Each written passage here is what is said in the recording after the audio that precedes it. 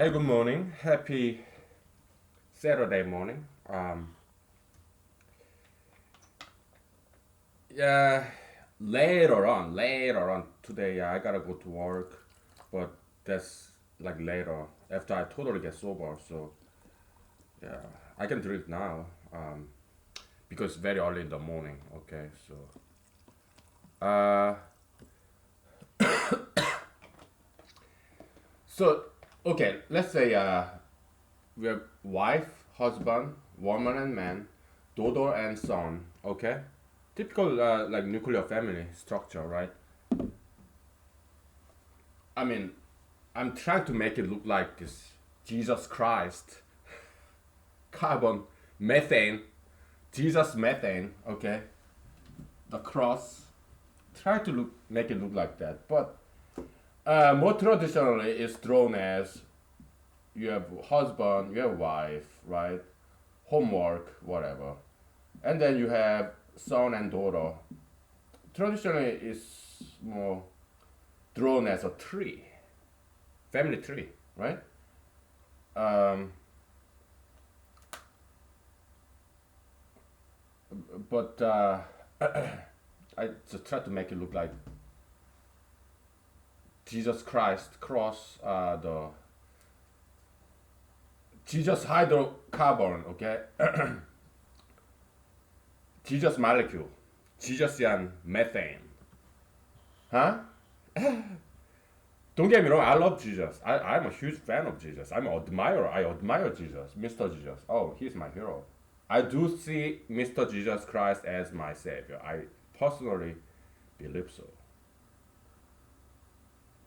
I think he did save me. Okay? I'm a Christian. Maybe shenanigan Christian, I may be, but still a Christian nonetheless. Nevertheless. And down here, yeah, beautiful country, that's what Migu means. Okay? Uh, I think that's how China. Okay, let me look up. How do you. I know this is how Koreans say about America.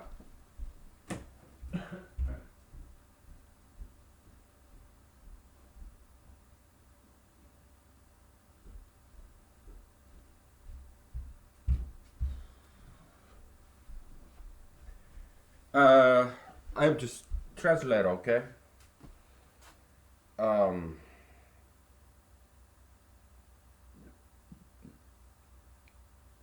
how do you say America in Chinese?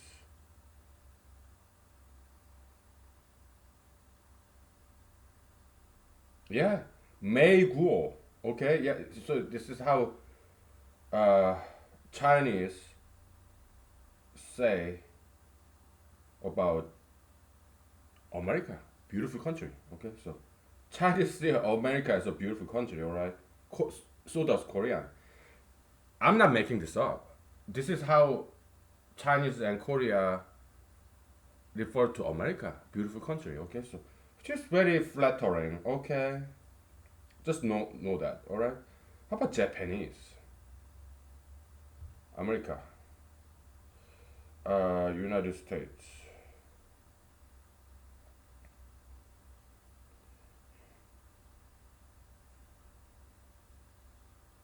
USA. Uh, Beikoku, Beikoku. Okay.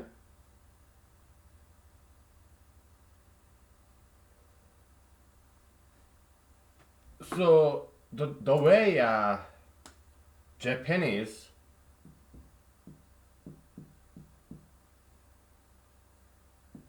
write uh,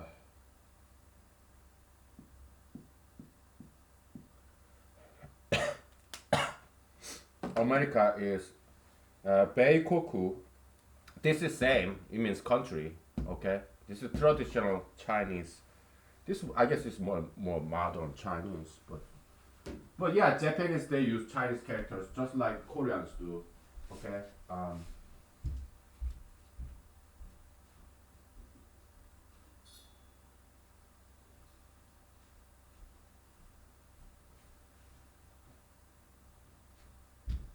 Why? Because Chinese made their Chinese characters, and back in the days, Chinese taught Koreans Chinese characters, and then Koreans taught Japanese Chinese characters. Okay, so the civilization of Far East Asia came from China and spread toward West. Okay, so civilization in Far East Asia came from the East. Okay, China, Korea, Japan, Western world. All right. So yeah, China is like parental figure to Korea, and Japan is like grandchild figure from China. Okay. China, Korea, Japan, grandparents, parents, and then kids. Okay, that's how it is. Okay, in terms of this propagation of civilization. Okay, Eastern civilization, Chinese characters, and also Buddhism. Buddhism came from India, then China, then Korea, and to Japan. Okay. Confucianism, that's uniquely Chinese. Yeah, it came from China, then Korea, and then to Japan. Okay. Due to geographical proximity. All right. That's how it is.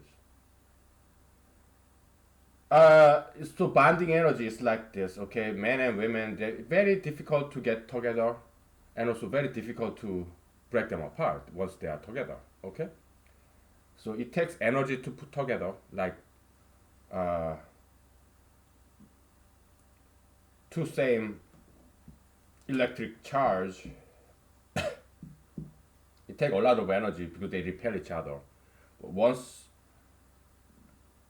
they are together, like right next to each other, uh, it has huge potential energy because once you release the binding two walls to bind them together, once you release the wall, woo, like a spring, you know. Yeah, it's potential energy, right? So, but human bonding is not the same. It takes a lot of energy to put those two men and woman together, like courtship, labor of love, love's labor, right? A lot of courtship, men's part, and then women take a lot of time. By the way, this in Japanese, that's how they say America, Beikoku. Uh, this me, yeah. There is this Chinese character. It means what? Rice. Okay, so the country of rice. That's how Japanese see America, I guess. I don't know. But it probably came from this transliteration from this Chinese word. Because in Chinese word it is called May. In Korea, if we translate as I'm they. Yeah, I'm Korean American. Okay, so yeah, we pronounce this word Chinese word as me, like May, me, and this one means rice, and it's also pronounced as me, at least in Korea. Let's look up how in Japanese pronounced as bei, which is same thing. M, b. Yeah, it's number one consonant, right? Labial. Let's see how rice. How they say rice in Chinese.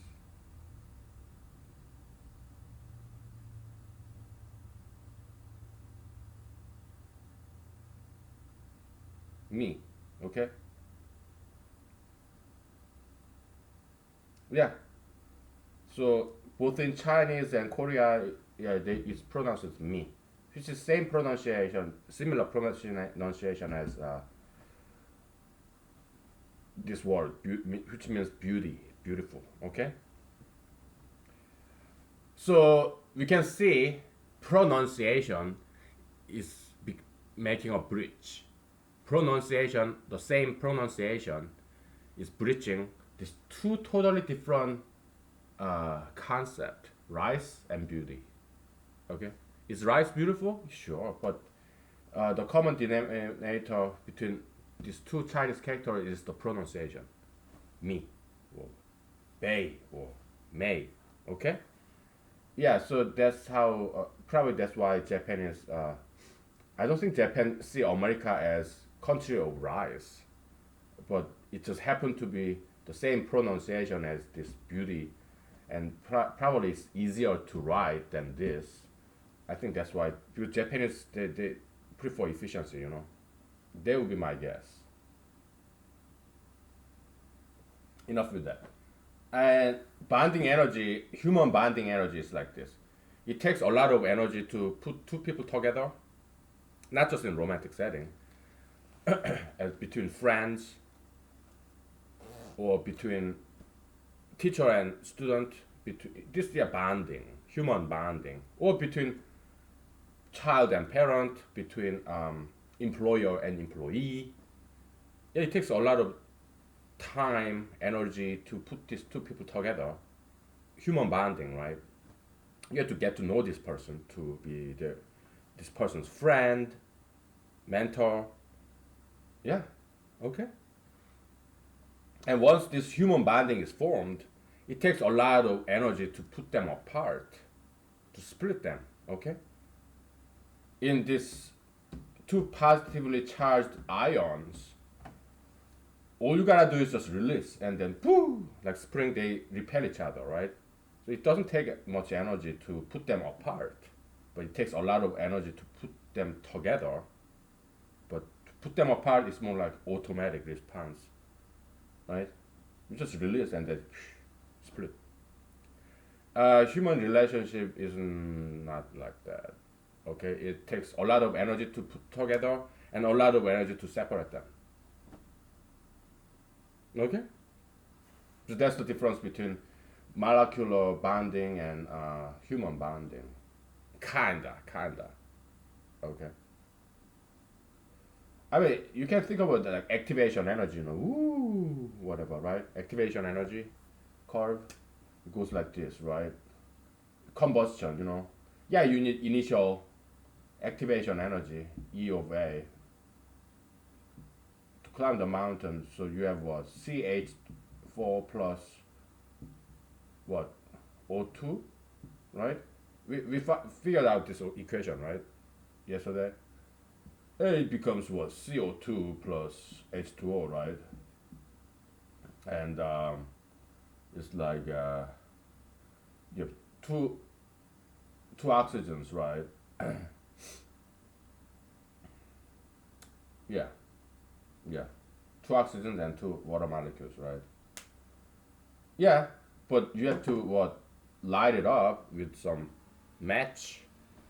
So there's this initial activation energy, like, or lighter, like, psh. Yeah, there's some small initial energy to make fire, and then you put in there this methane gas, not tank, but gas stove. I mean, you don't want to explode your gas tank, do you? I don't. Yeah, then you start burning carbon dioxide and water molecules, right? Now, the reverse process is what's known as photosynthesis by plants, okay? Uh, People say about climate change, okay, I give you a solution, okay? Do not mow your lawn, let the plants grow, okay? So, and because many of those wild plants are edible too, okay? So, do not mow your lawn, okay? But because if you mow the lawn, well, first of all, you are using fossil fuel to mow your lawn, right? Electricity, yeah, it mostly comes from fossil fuel, okay? So yeah, you're mowing your lawn, it burns the fossil fuel, whether you're using electricity or whatever. Electricity comes from fossil fuel, okay? Now, if you're mowing your lawn, you're getting rid of plants, right? So there will be more carbon dioxide in the air, okay? Yeah, so do not mow your lawn, let the plants wild plants to grow in your yard. Okay, so that's one way to slow down climate change. Okay, I mean if you are big on that, because I don't see climate change as any problem. But that's my personal view. But I'm giving you a solution.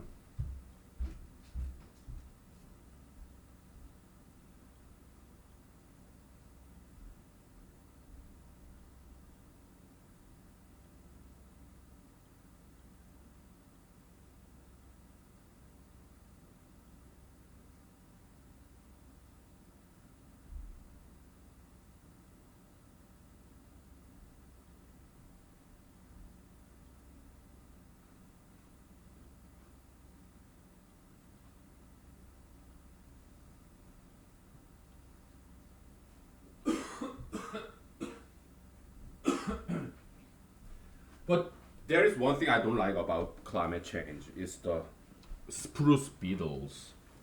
In Alaska, we have a lot of spruce trees. I love spruce trees because they're beautiful and also they're yummy. Um, the spring tips, spring spruce tips. I put them in vodka because some people make that with salad or tea because they are edible. Spring spruce tips. I put them in the vodka and they are fantastic. Okay, so I love spruce trees and there are a lot of spruce beetle. It kills the spruce tree.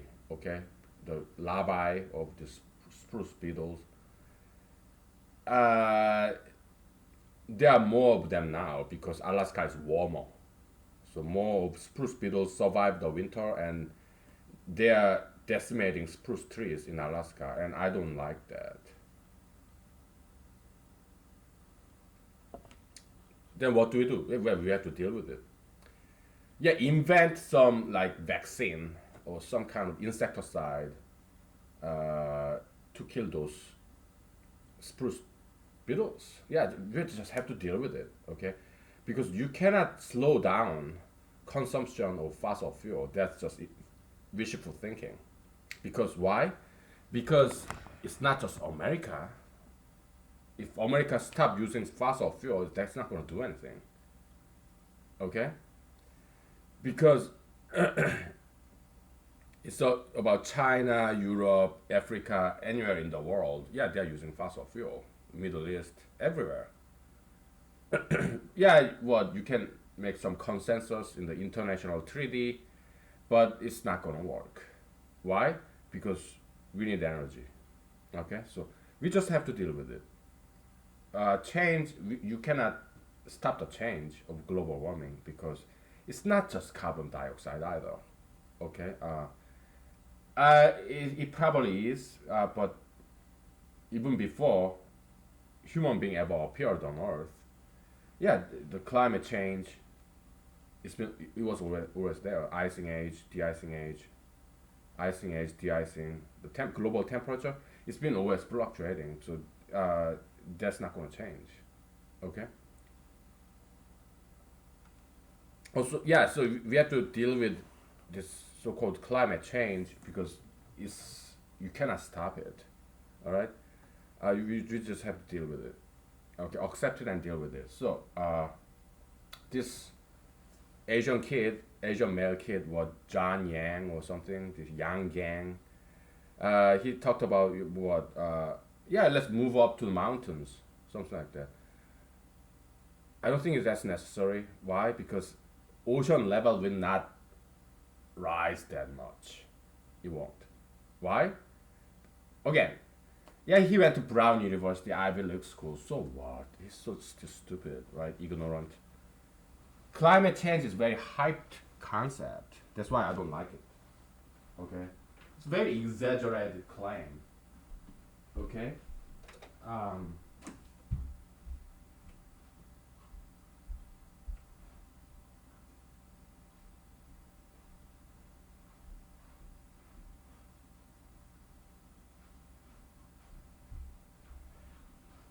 all this ideology of climate changeism is hyper politicized junk science. That's what it is. It's not science, it's junk science.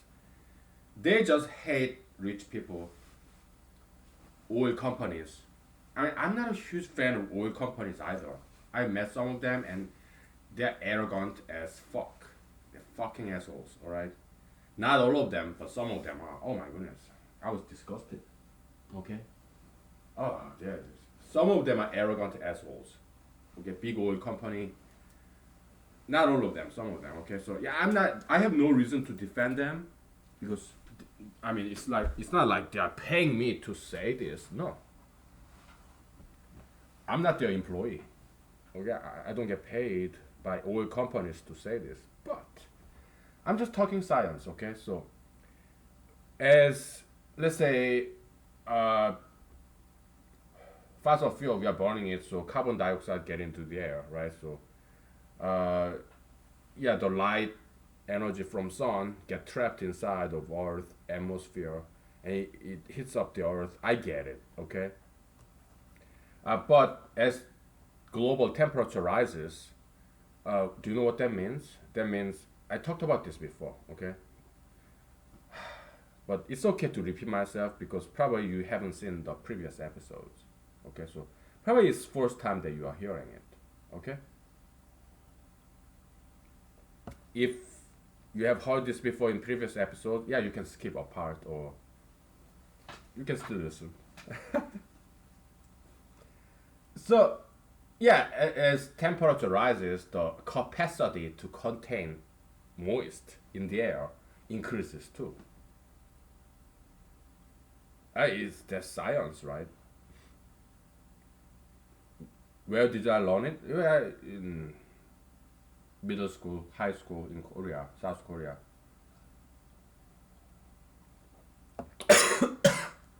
I don't know what American public schools teach nowadays. They teach you about the virtue of being gay, lesbian, transgender, right? That's what they teach in American public schools nowadays. They don't teach science, right? Well, too bad. Then learn from me. I will teach you what your American public school failed to teach you. Gay is bad, okay? Transgender, even worse. It's gonna ruin you, okay? So get out of there.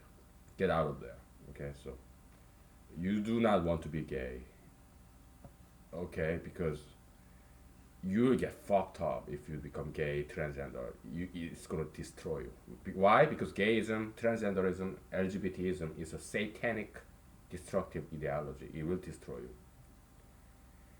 It won't be us, anti-gays, who's gonna destroy you. No, no. We want to save you. We are your friend. We are not your enemies. The gayism, LGBTism, that's what's gonna kill you. Because you are getting bad with the devil. Devil is going to kill you because that's what it does. Satanic ideologies. We are talking about tattoo piercism, sugar fatism. It will destroy you. Marijuanaism, all those criminalism, drugism, gayism, ultra interracialism, all that toxic ideologies. Yeah, it is bound to destroy you. Okay, so you need to get out of there. Okay, I am being very serious. Okay, so uh so yeah. As the Earth heats up, its atmosphere have higher capacity to contain moist. Okay, so which means uh yeah, ice will melt, but that melt ice, the seawater, many of them will be in the atmosphere, not in the sea as a liquid, but as a vapor in the atmosphere because Earth is hotter now. So sea level does not necessarily will rise because water will not stay in the sea, but it will be in the air as rain cloud. So as climate changes, actually, it may help deserts. There could be more rain in the desert. Okay, so there could be some positive sides, positive impact of climate change, global warming. It could be, for example, up in Alaska, this Arctic region, yeah, there will be less ice, so there will be this brand new trade route across this Arctica. Okay, and this will be very good for Alaska. Alaska will make a lot of money to accommodating this international shipment above Alaska. Okay, so yeah, don't just climate change bad. It's bad. Climate change is bad. No, don't think. Don't be so simplistic. Don't be a simpleton. Don't be an idiot. Media they say that, but yeah, just they're journalists. Okay, they majored in journalism, communication in college, and they become journalists. They are not very well educated people, so they don't have much to teach you. You have to learn from me because I'm well learned, very well read, and very well thought through. Okay, so you have to learn from me. Politicians, again, they're what they were political science. They majored in political science. They went to law school. They are very ignorant people. Okay, they don't know what science is. They don't know about culture, linguistics, mathematics, science. They don't know that. I do. The only thing you learn in law school is how to make complaints and how to make excuses. Yeah, the plaintiff, defendant. Yeah, how to make complaints, plaintiff, defendants, how to make excuses. That's pretty much all you learn in law school. Okay, so politicians, they are not very smart people. Or they may be into Harvard or UPenn, like President Trump or President Obama. They're not smart at all because they don't know science. They don't know mathematics. I do. Okay. We'll take a break and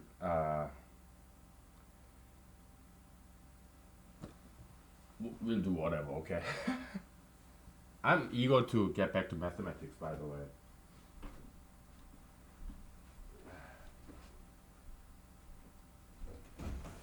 Alright.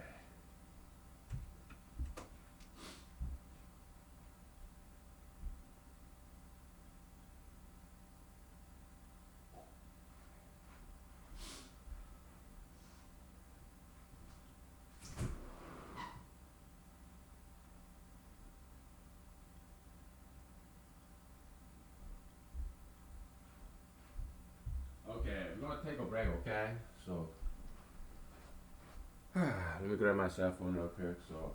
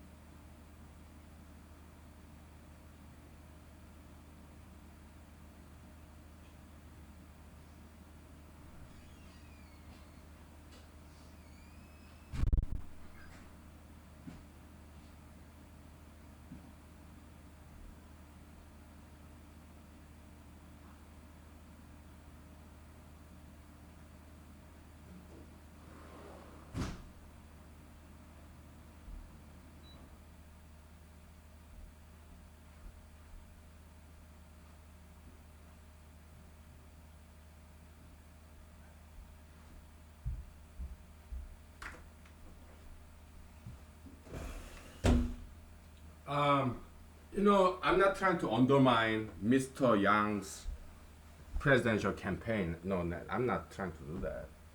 I'm just making some constructive criticism because I think I, the reason why he's getting so much media attention and people's attention nowadays, Mr. Yang, John Yang, well, he's from what, Eastern Coast, New Jersey. I don't know where he's from, where he lives. Somewhere in the Eastern Coast, I guess. Uh, I think he's getting a lot of attention just because he's Asian male. Okay, which is cool. Okay, I'm Asian male myself. I'm not Taiwanese. I'm Korean American. Okay, he's Taiwanese American, whatever. But he's getting a lot of attention just because he's Asian male. That's kind of new. Asian male getting all this political attention. That's that's why he's getting a lot of attention just because Asian male. It's very sexist, racist kind of thing. Anti-racist thing. Okay, anti-sexist thing. So yeah, the novelty of it, right? So that's why he's getting a lot of attention and sympathy, popularity, and but he doesn't have that much good ideas because he lacks knowledge. I guess he studied business maybe in Brown University. Again, yeah, it's important, okay, but what matters more is knowledge, the core knowledge of science. Do I know some business? Yeah, I do. Okay, because I learned those things. Yeah, I took accounting for lawyers, financing for lawyers, which is like second semester accounting. Okay, finance for lawyers. Yeah, I took those classes, and it was good.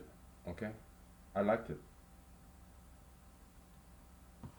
I think I got like B plus in both of them. Okay, so it was tough, but I learned a lot. Okay, yeah, so yeah, I know that stuff. Okay, so I took a lot of business related classes in law school.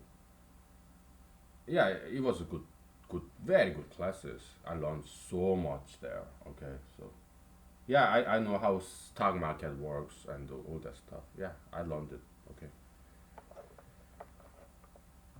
Uh, I even tried to be a JD MBA. I thought about it, but I decided not to because I just wanted to graduate. Okay, I didn't want to drop out of law school, so I graduated in 2 years, not 3 years. I don't know how many people have done that before. Maybe I'm the only one in the world, human history, who finished law school in 2 years. Maybe law school used to be 2 years back then. I don't know. Okay. Back then there was even not a law school. They read law, like apprenticeship. Okay. It's an expression, old English, American English expression. They read law. They just studied on their own. Okay, and to become a lawyer, like Abraham Lincoln. Okay, he's an avid reader. He read because he was so poor. He read the same book again and again. Okay. Anyway, he was just rambling around. Uh, so yeah, okay. So there's no, you shouldn't be too much worried about climate change. If there's climate change, yeah, just get used to it and also deal with it. Come up with a solution as opposed to try to slow down the climate change itself. Okay, you want to be more efficient in fuel usage. That's good because we don't like, as economists, humanological economists, we don't like waste. Look at all the cars. I'm guilty of that too. Okay, because I like big cars. Okay, my SUV was sport utility vehicle. It's the biggest. I'm not gonna tell you which one, but it's one of the biggest SUVs because I like it big. Have I ever owned pickup truck? Yes. Chevy S10 is smallest pickup truck. Have I ever owned Jeep? Yes, Jeep. I also owned like mini Jeep. It was Geo Tracker. I love that car. Oh my goodness, so fun to drive. Have I driven Humvee? Yes. When I was in the army, U.S. Army. Yeah, we had to have license for Humvee. Yeah, we did. Yeah, I took the test and I had Humvee driving license. Fun to drive. I also drove truck, army truck that they call LMTV, light, medium, tactical vehicle, something like that. LMTV. Yeah, I took the test, passed. I had license for that. Okay. Biggest army truck. Yeah, yeah. I wasn't very good at driving. Just turning the corner, it wasn't easy. But I did drove that. Okay. In Afghanistan, also in Texas. Yeah, I did. I even had license to operate a generator. So because if you are a junior enlisted soldier in the U.S. Army, you are jack of all trade. Okay, you get to learn those things. How to operate a generator. Yeah, we took classes and got license for it. Some of us. I did. Okay. I was even a mail clerk, mail room. I took classes and I got license for it. Okay, so like U.S. Postal Office, Postal Service, USPS. Yeah, I was a mail clerk. Okay, I was even operating chemical storage room too. Did I take classes? Yes. Hazmat, hazardous material class. Yeah, I got license for it. Okay. Yeah, U.S. Army is so cool, man. You learn so many different things. If you're a junior enlisted soldier, oh, it's awesome. Great educational institution, U.S. Army. Fantastic. And I got GI Bill as well. That's how I went to law school with a yellow ribbon program. Okay, and also I got scholarship from law school too. Looking back, I have been very much blessed. So I love, yeah, beautiful country, America, United States of America. Okay, so it's very beautiful country. Okay, so now, not only that, in the civilian world, I went to graduate school in a PhD program in full scholarship. I got even stipend to pay my rent. Okay, yeah, who paid for it? Rich people. They founded this scholarship program in an Ivy League school, and I'm one of the beneficiaries. Yeah, I ended up dropping out. I'm sorry, but I did get the benefit of those higher education in PhD program for 2 years. Now it's my time to give back to America and to the world, and that's what I'm doing. Humanology. Okay, I'm doing this for free. I'm teaching you for free. Why? Because just like Jesus said, what you got for free, yeah, give it away for free. That's what Jesus said. Okay? I'm doing just that. I'm his admirer. I love Jesus. Okay, so where is our eraser? Let's get back to mathematics.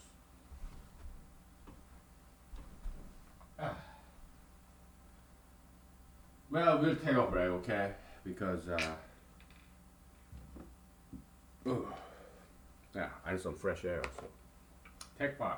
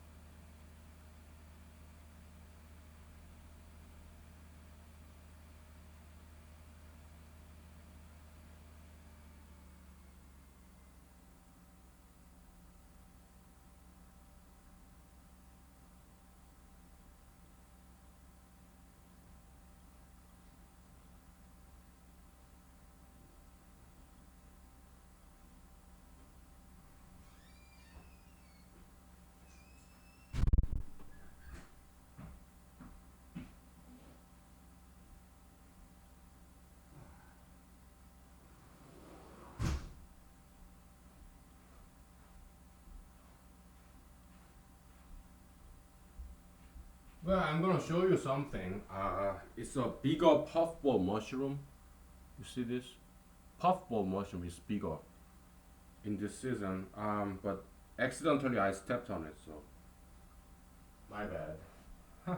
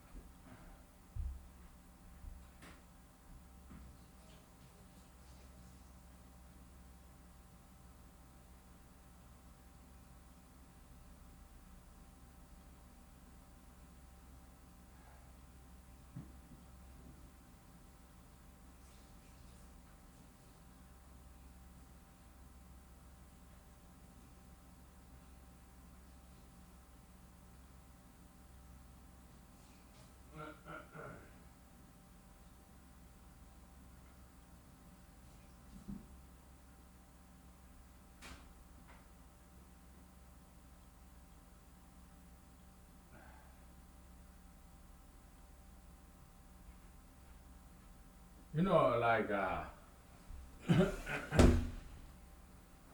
I mean, I didn't know this puffball mushroom. I thought its season is over, but I just learned that today. Uh, there are two different kinds of puffball mushrooms in my yard. One puffball mushroom species is smaller. It's in my vodka right now, right? Smaller puffball mushroom, and but in that was like about 3 months ago. But that puffball mushrooms, that's a lot bigger species. Um, I don't know, but they're still out there. Okay, in my side yard, this patch in my yard, yeah, it's like natural puffball mushroom farm. And I ate some. I stepped on some, killed some by accident because I didn't know it was there. It was just on the ground, so I stepped on it. I ate some. I killed some, and there are still some alive. Okay, so I'm not gonna eat that. I ate some this morning and it was good. Oh, puffball, yummy. But yeah, I will preserve the rest so that they propagate and make more next year. Okay, so okay, let's erase this. Okay, so we don't need this anymore. We'll do mathematics. All right. So okay, let me use my left hand so that to give some rest to my right arm, shoulder. All right, we'll do mathematics. Okay. Uh, okay. So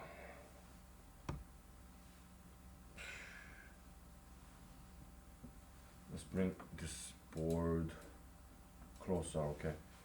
Um, we are doing multi-set theory. Okay. Uh,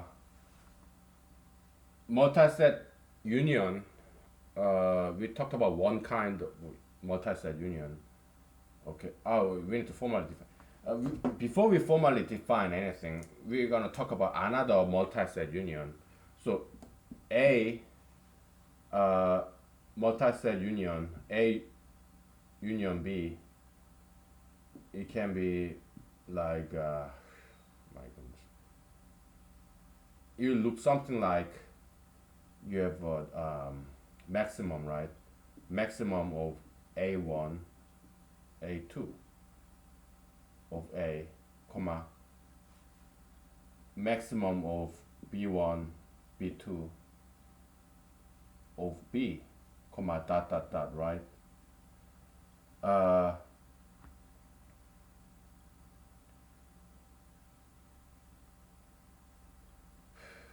we'll formally define this later, okay? But there's another kind Okay, let's say we're gonna call it A. Uh,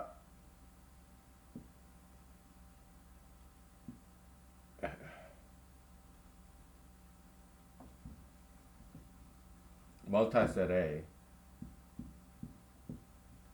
Strict union, okay, is same as a star circle, okay? So strict union be on the line, okay?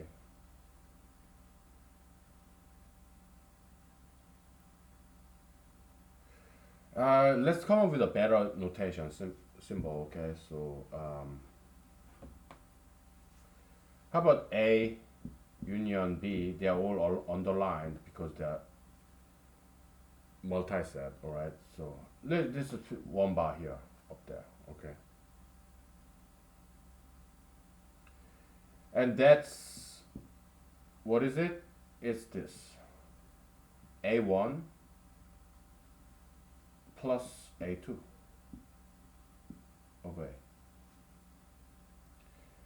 Yeah, you're just adding up, okay? And B1 plus B2, B, okay? This is a scalar addition. It's not Boolean addition, which is like a OR operator. Yeah, you can see it that way too, but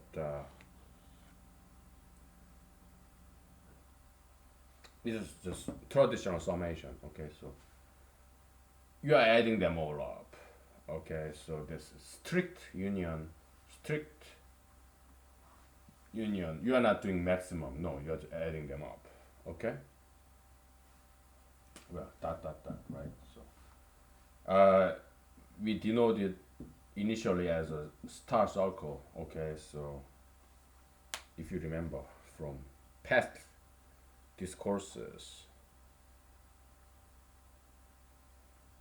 but before we get there, let's do the traditional multi-set union. Okay, so we need to define it in a very formal manner. Why? Because it's challenging. It may not have any practical use, but we do it because we're kind of mathematician, kind of not very high quality mathematician per se, but amateurish mathematician. I mean, at least that's what I am. I do mathematics for fun, okay? Okay? So yeah, we'll deal with this guy later. I need some Toms because, oh my goodness, esophagus is yelling at me, barking at me.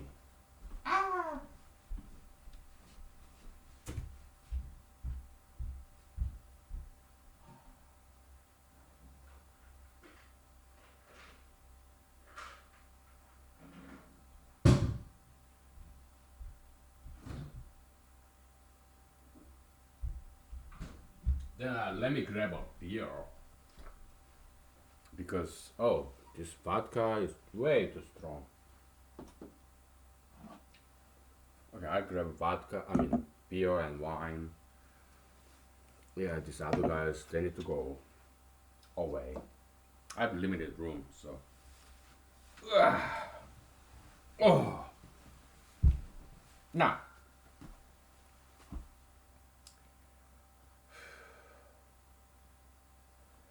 you have A, B, C, D, E, F, G, whatever, right?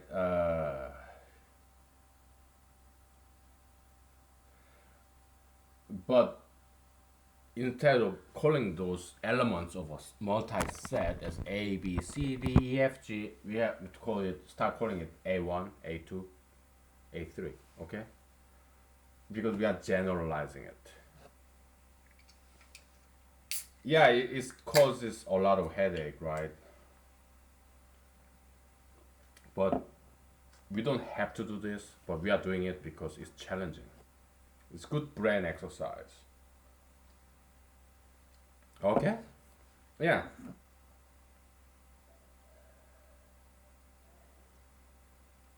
Just relax, okay? There will be no final exam. No. We are amateurs, alright? We are not professionals. I mean, in mathematics, I'm not. You may be. Yeah, you're most welcome here. Well, everybody's most welcome. Okay, so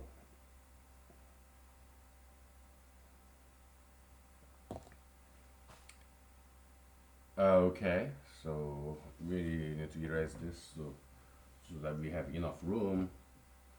Oh boy.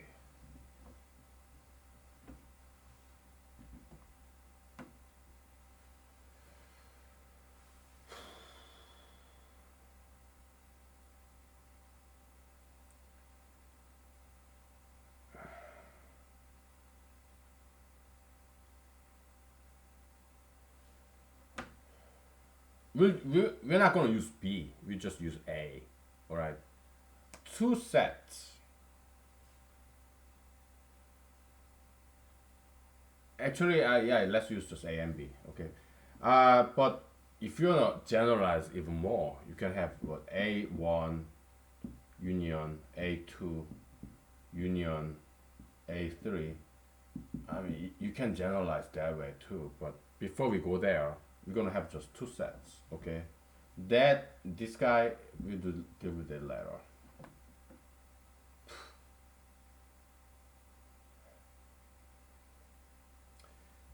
A is composed of what? A1, comma, A2, comma, A3, comma, dot, dot, dot. Okay? Uh, I heard some sound. I don't know, it's some moose, neighborhood dog, or cat, mice. I don't know. Let me investigate what that sound is.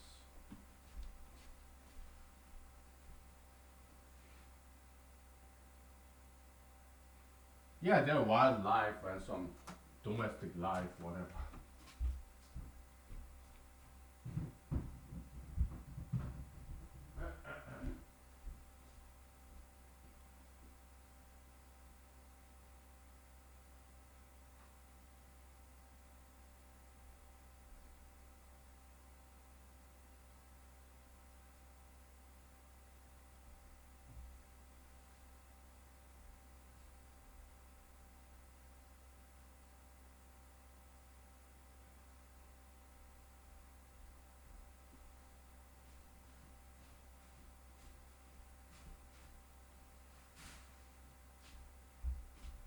Yeah, I don't know what the sound was, but yeah, there's no no other life form in my house, so good. So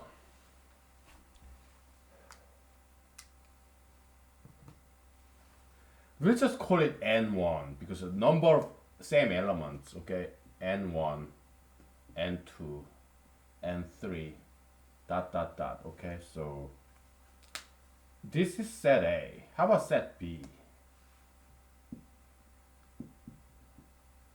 Yeah, again, same elements, okay? We're just dealing with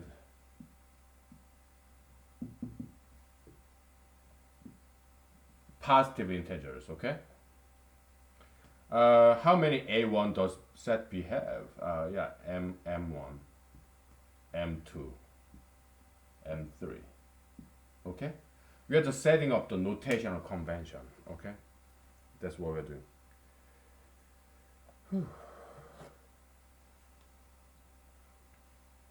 Beer is good. Let's take a break from mathematics. I will tell you something about the dream I had last night, maybe this morning. It was very interesting dream. Oh boy.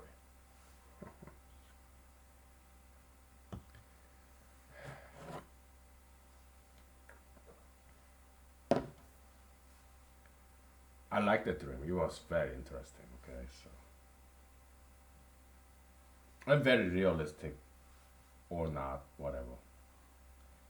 I have to mention this. Okay, we're gonna take a brief break, and then I'll tell you all about the dream I had this morning. It was fantastic. I like that dream. Okay, so I want to tell you about it. Okay. Take 5 minutes break.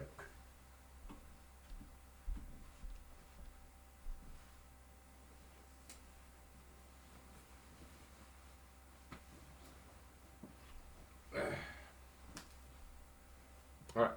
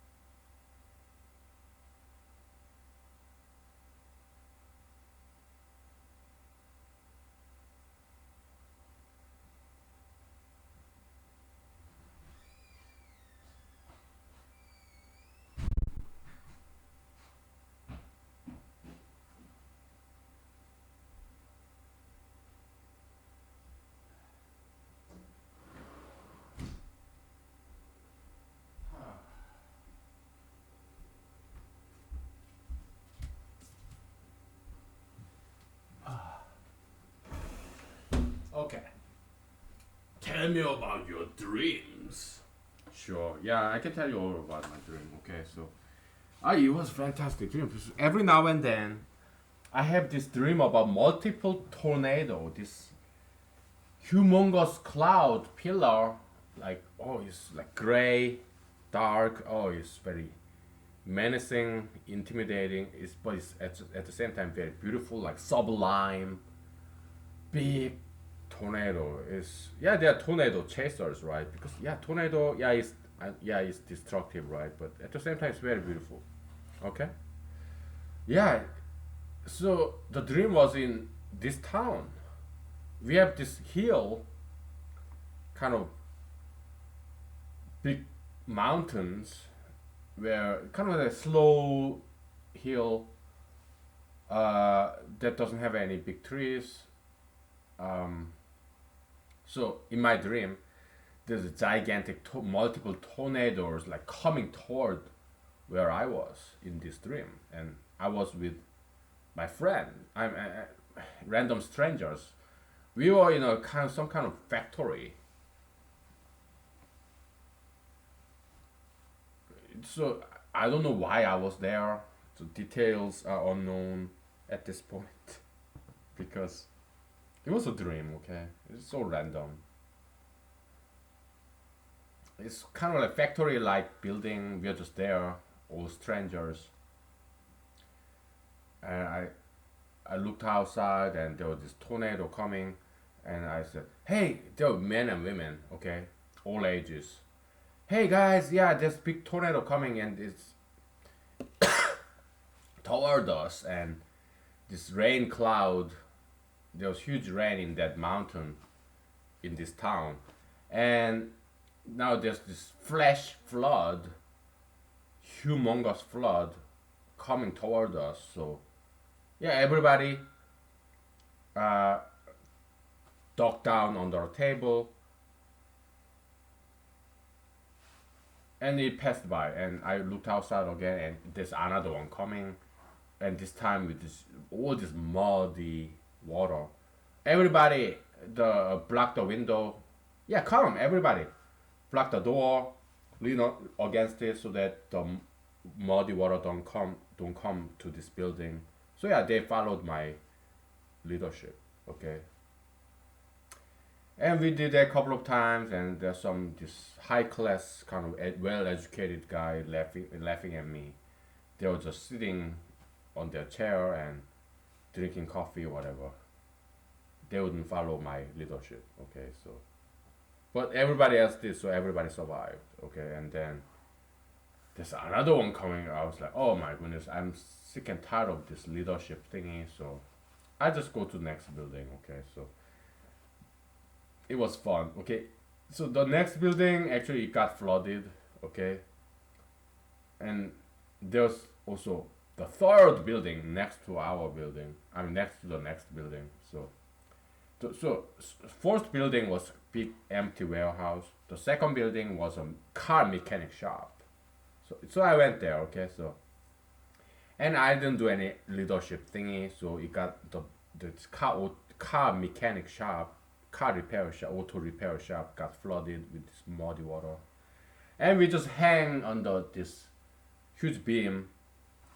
I want you to see my hands. It's important. Huge beam on the ceiling, so we just like pull up bar kind of.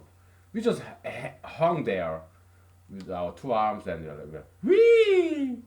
Look at us! Yeah, we're like swimming. It's like surfing, whatever. Yeah, we had fun, right? But there's the third building next door, and they were like drinking coffee. It was a cafe, second story cafe shop, and they were like they're looking at us and haha, drinking tea, just like the first building warehouse. This intelligent gentsia, this gentry people drinking tea and laughing at us. They were like that. Okay, so haha, yeah, you guys get flooded, and that's why our coffee shop is not getting flooded because you are kind of blocking it. We were like, whatever. We just enjoy this surfing. Water level going up and down. We were like, hold our breath, and when it goes down, like breathing. It was fun. That's the dream I had, okay? Why am I telling you all this? It's fun, okay? Fun to talk about some extraordinary dreams. It was cool. Anyway, okay. We have this, okay? So, well, multi-set, right? Okay. So yeah, A union B all underlined, okay? Yeah, it's just what N1 maximum M1 A1 comma N2 maximum M2 A2 comma dot dot dot, okay? So this is like comma, instead of one we put I there, okay? Ni M maximum Mi Ai. We do all the comma from what I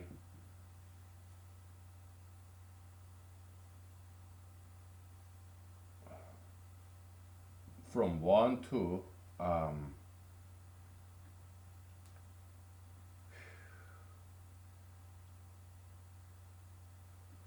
maximum of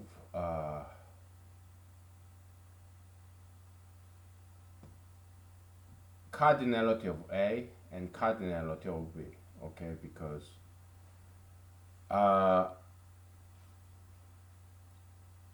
if B has less element than A, okay, then we'll just extend B so that this Mi is 0, okay? So that's why I ranges from 1 to this guy, okay? I'm not gonna write this down, but I'll take a picture, okay? So again, it's not that important thing really. We do this for fun, so that's why I'm not gonna write this down, okay? It's not worthwhile to write it down. So yeah, let's take a picture of this. Ugh.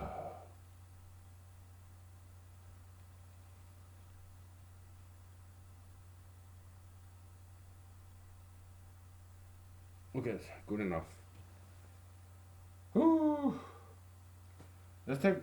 I want to take a picture of myself.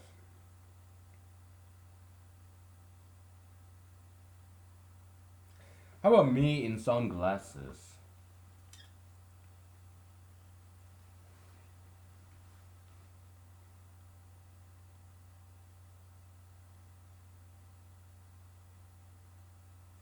Yeah, sunglasses.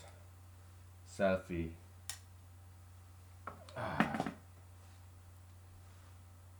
Okay, good, good, good, good.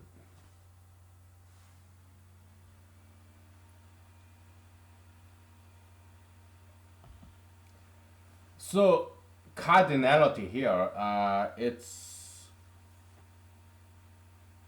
different kind of cardinality. It's a multi-set cardinality. Okay, so there are two different kinds of cardinality. Okay, so well, A is a multi-set, right? So it gets very bulky when we are dealing with multi-set. Okay, we have to be very careful about this. Okay, one kind of cardinality is this. Okay, so let's say we took a picture of this. So I don't want to erase this. So I will find a brand new whiteboard to erase because we will have to refer back to this. Okay, so yeah, let me exercise due diligence and find a whiteboard to erase. Okay. Yeah, you're up next. This guy. I like this heavy whiteboard because it's so stable. heavy set. Woo! It's so unnecessarily heavy.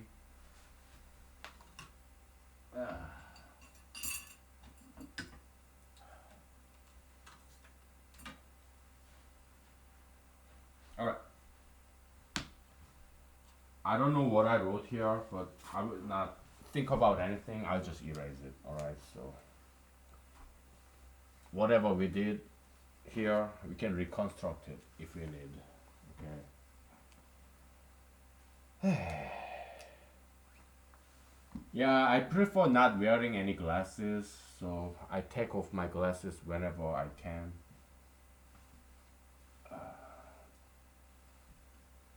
To me, wearing glasses, that's like prime time. I only do so when I need to. Okay. It takes a lot of energy to see the details of things, so yeah, I prefer not to wear any glasses. It's more relaxing. I don't want to see only all those unnecessary details in the world unless I absolutely need to, like when I'm driving. Okay, so is it time to take a break yet? Not yet. Okay.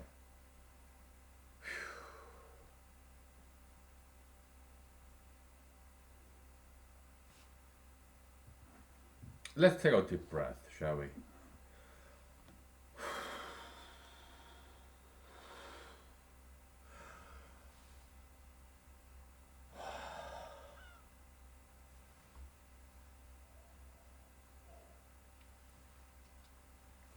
All right.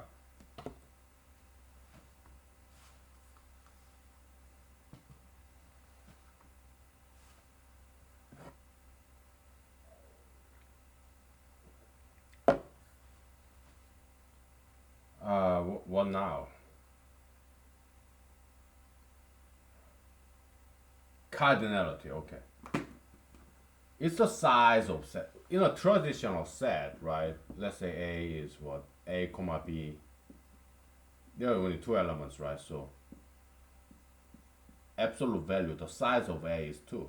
So this cardinality is a function. It takes a set, this operator, okay? We can call it as C, cardinality. C for cardinality. C of A. Its input is a set, its output, what is it?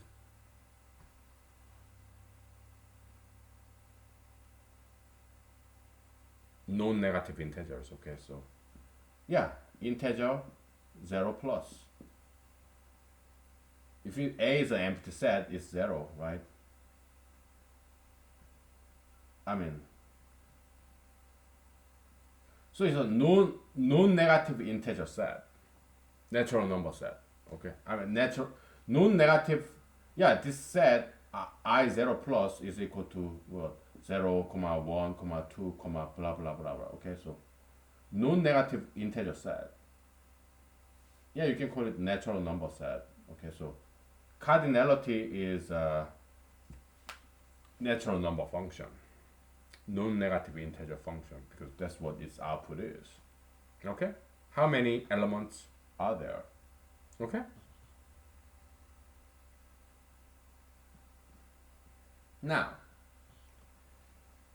cardinality underlined of A underlined, now we are dealing with multi-set, right? Is what cardinality of A comma B, right? What is that? 3, because there are 3 elements, right? Then there's the strict cardinal.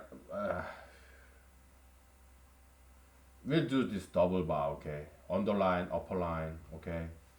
Underline, higher line of set A is what? Cardinality of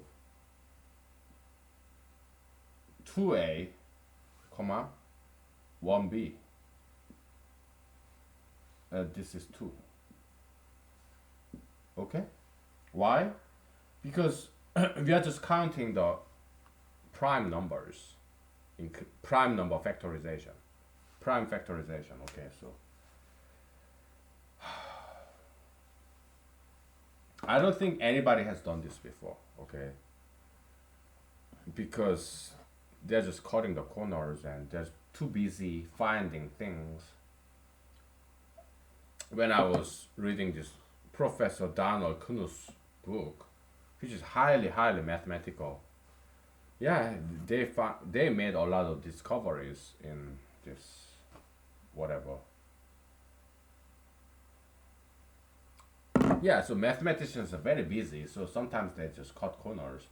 They don't really spell out things. They take intuitive approaches, so it's very difficult to understand what mathematicians do. Okay, because they leave out many details. Because they're just too busy discovering new things.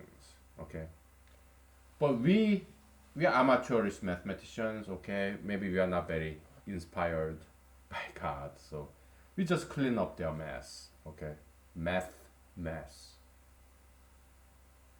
We are just more formalizing, put things in order. Okay. Have you ever had experience of cleaning after your bosses? I have. Okay. Yeah, because your bosses, your employers are very busy. You know, they take intuitive approach. They just move on and on and on. Then they leave all the mess behind them, and you as like me, if you're like me as employees, yeah, you have to clean up after your boss's mess. Hmm? Yeah, that's what we are doing here. All these big mathematicians, they didn't quite spell out the details, so yeah, we are just cleaning up after them, right? Sure. You know, I'm not wearing my glasses, but it's still too close. I want some space. It's too close. Okay? Give me some room, please. Makes me dizzy. Excuse me. Okay? So what this cardinality, double bar cardinality over multi-set is that we just count the distinct elements numbers. How many distinct elements are there? Which is same as traditional set, because traditional set we don't really care about redundancy. We don't allow redundancy. Okay, so this double bar cardinality of a multi-set is same as traditional cardinality of traditional set. So now we came up with another transformation function. Okay. And we have to give it a name. A transformation function that transforms from multi-set like a comma a comma b into traditional set like a comma b. How would you name this?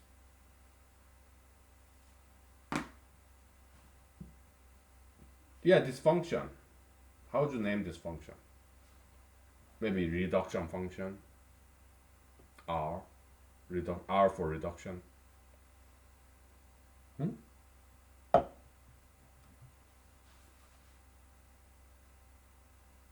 Yeah, we call it R.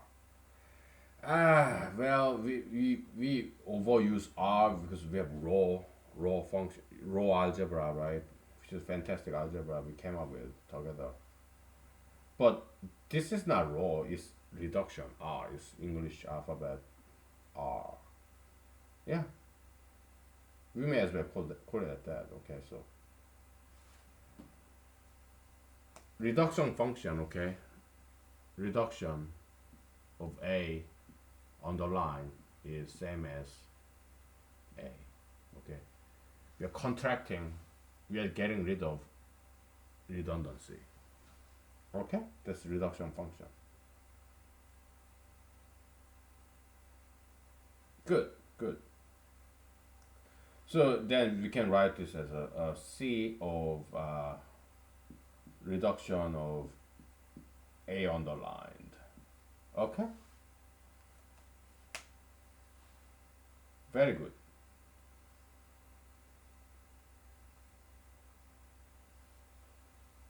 Yeah, these functions are reduction function. Okay, so we have to do this. Okay, because formalism is cool. Okay, I know like people like what Henri Poincaré. He didn't like formalism. That's why he opposed set theory because in his eyes and many other mathematicians, it's just too formalistic. But formalism is cool. Okay, we are organizing things, we are proving things, defining things. I think it's important. Okay, yeah.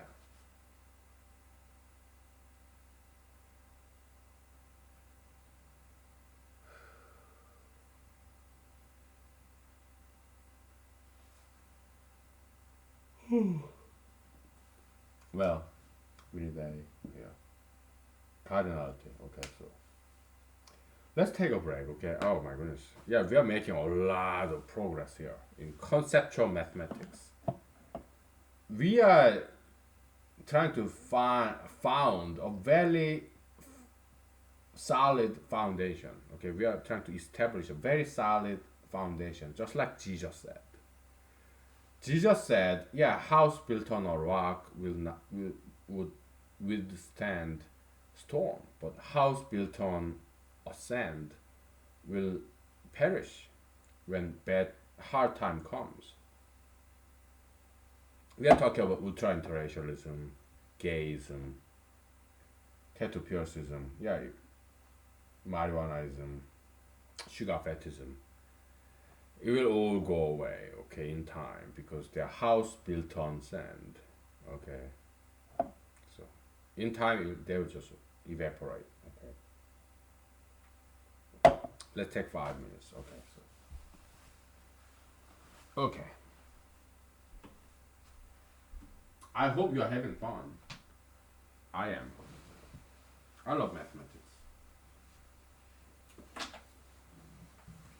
If you don't love mathematics, at least try to learn to love mathematics, okay? Because you get used to it, okay? It's cool. You like it, all right?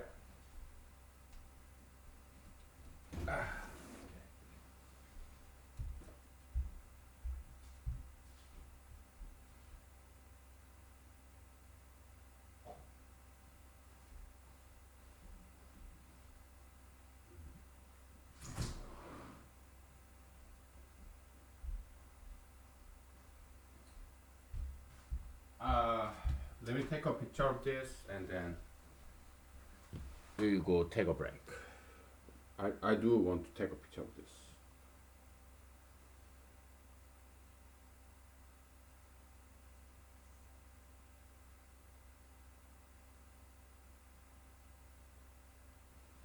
Okay, good.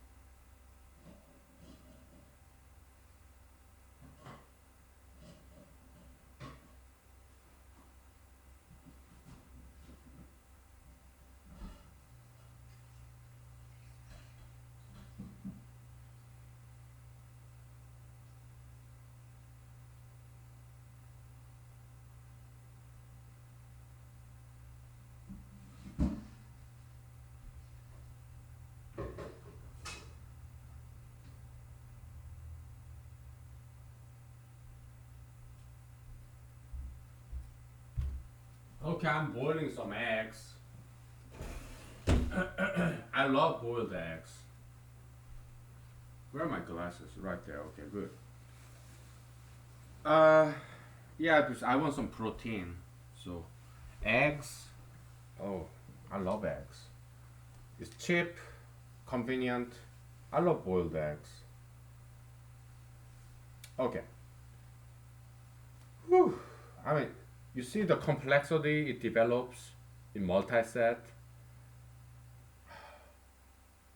Let me erase all this and summarize what we have discovered so far. Okay?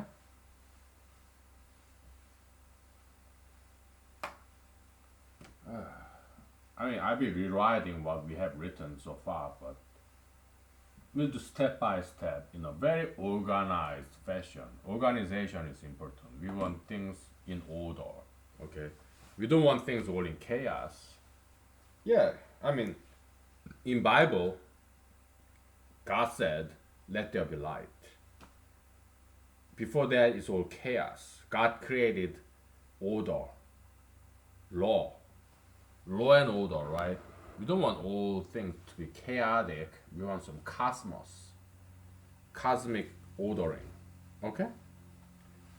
So that's what Bible God did, right? Put things in order. I think it was probably this David, King David, or Shepherd David, in Book of Psalms. Yeah, maybe it's somewhere else. I don't know, by somebody else. But there is in the Bible. Yeah, there's this ocean line, ocean wave. But God said, yeah, this borderline. So ocean water can come up to here, but not further, so that people get protected from all this water. Okay. Yeah, ocean, this borderline, shoreline, you can come up here, but not further, because there are people there. Okay, I do think God cares about people. Okay, so okay. Anyways, uh, you've said A, okay, 2,3, and you have multi-set A underline, 2,2,3, okay, which is same as how many twos are there? Two of them. Two twos. And how many threes? 1 3. Okay? And the reduction function,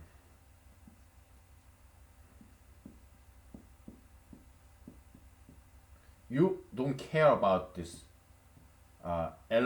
set elements cardinality. How many of them are, you don't care. So you reduce them all to 1. Okay? So there's only 1 2, 1 3.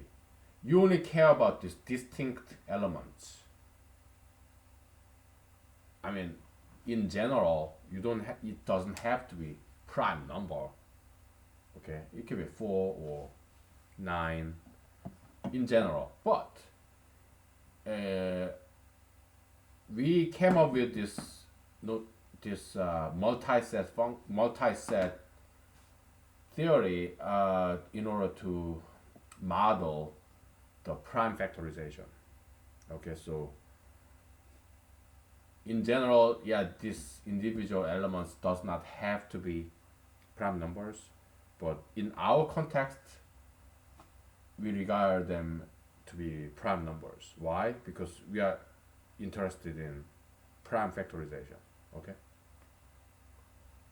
Yeah, but in general, yeah, they don't have to be prime numbers. Okay, it can be anything. All right. It can be square root of 2 or cubic root of 5. It can be whatever. Okay. It can be even complex number, whatever. Okay. Okay.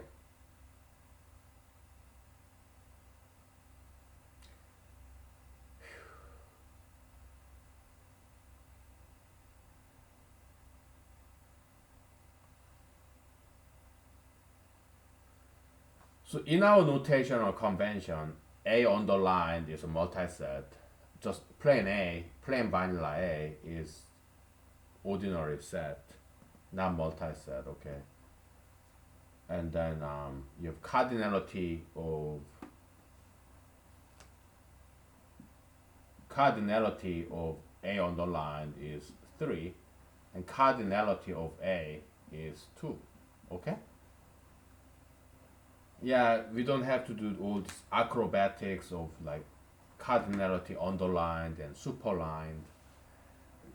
Let's avoid that. Okay, because it's unnecessary.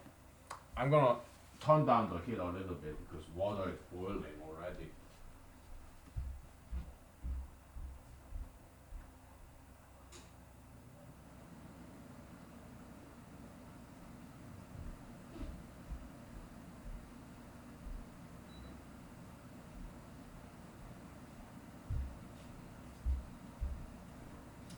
Yeah, I turn on the fan so that the vapor gets out. So, oh boy, what now? So good. This is good. So far so good.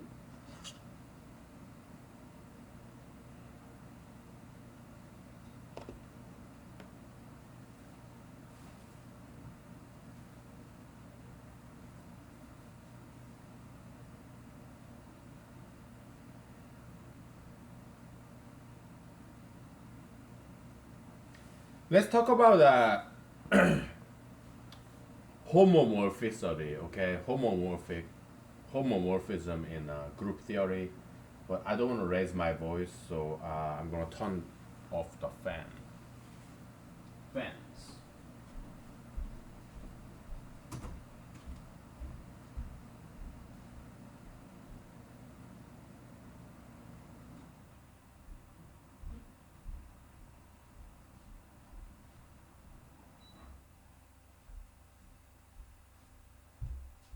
It's just too noisy.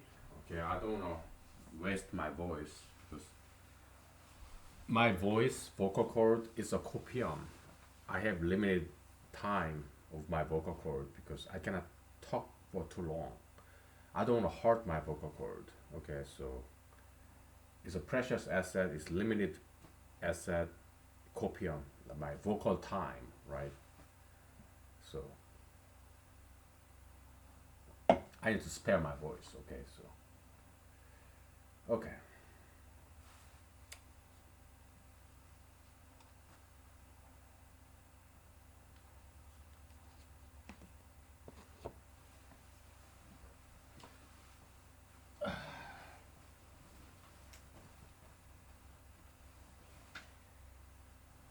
Let's see if some of my friends left me any messages. Yeah, I have many friends all over. Okay, many friends. Good. So, uh,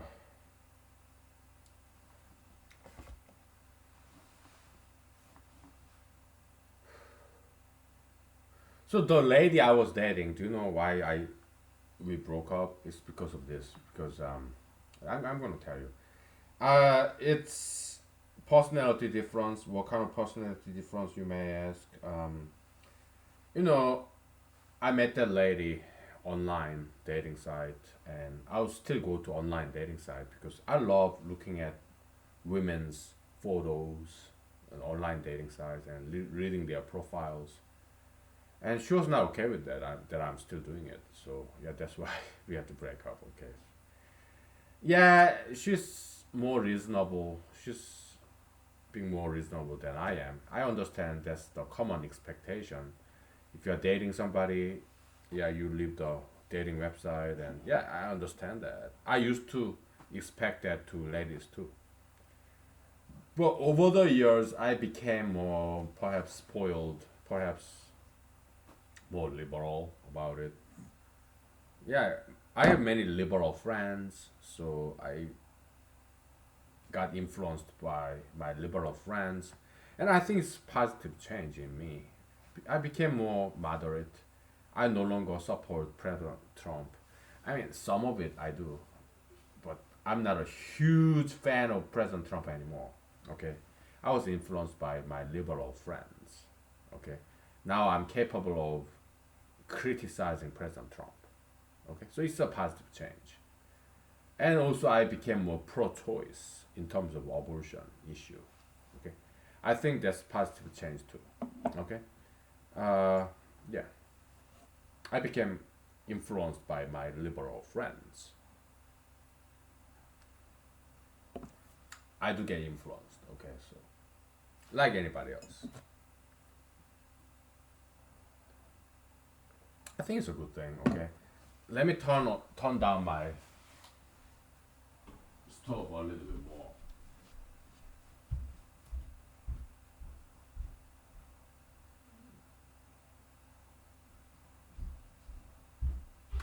Is my boiled eggs, still making noise? So okay, now what? Whew.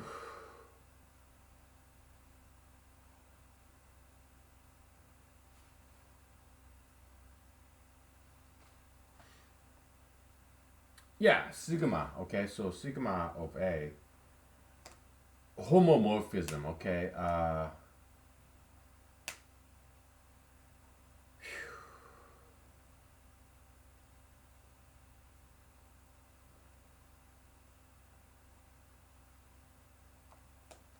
you've set A. Okay, set A is equal to what? A1, comma A2, comma dot dot dot, comma AN.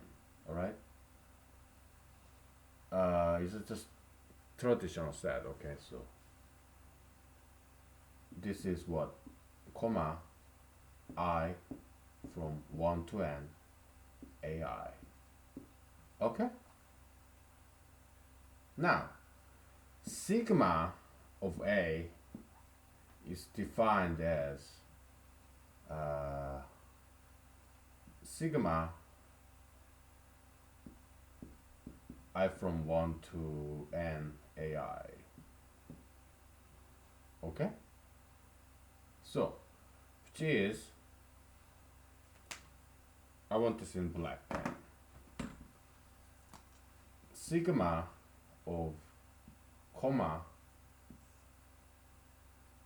I from 1 to N AI. So the sigma is replacing this comma meta function. Okay, sigma pi comma, we call it meta function because it's a functional function. Okay, all right.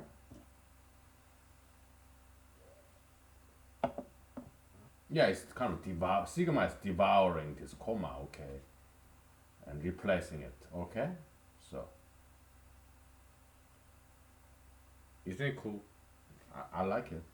I think it's very cool. Okay. I mean, pi is same thing. Pi of A. Come on. Pi of A is like what? Pi of comma AI is equal to pi of AI. Okay? Yeah, you're multiplying everything in this set. It's traditional set when AI is different from AJ, right? But it doesn't have to be just set. It could be multi-set too. All you gotta do is this, okay? You put just a little bar underline, it is underlined like this. That's it. Okay, so then all of a sudden become multi-set operator. Okay, so redundancy allowed. Okay, just underline it. Okay,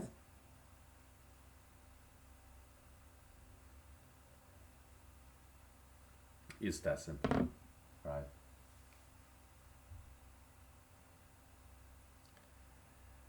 Yeah.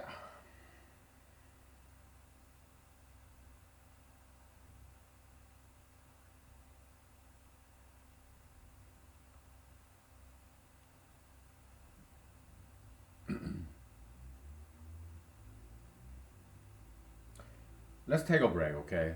Because it's Saturday morning, so I want to take it nice and slow. Okay, it's my weekend too. Okay, so I want to relax just a little bit. Okay, so let's take a break. Give my vocal cords some rest. We'll be right back. Take five, okay?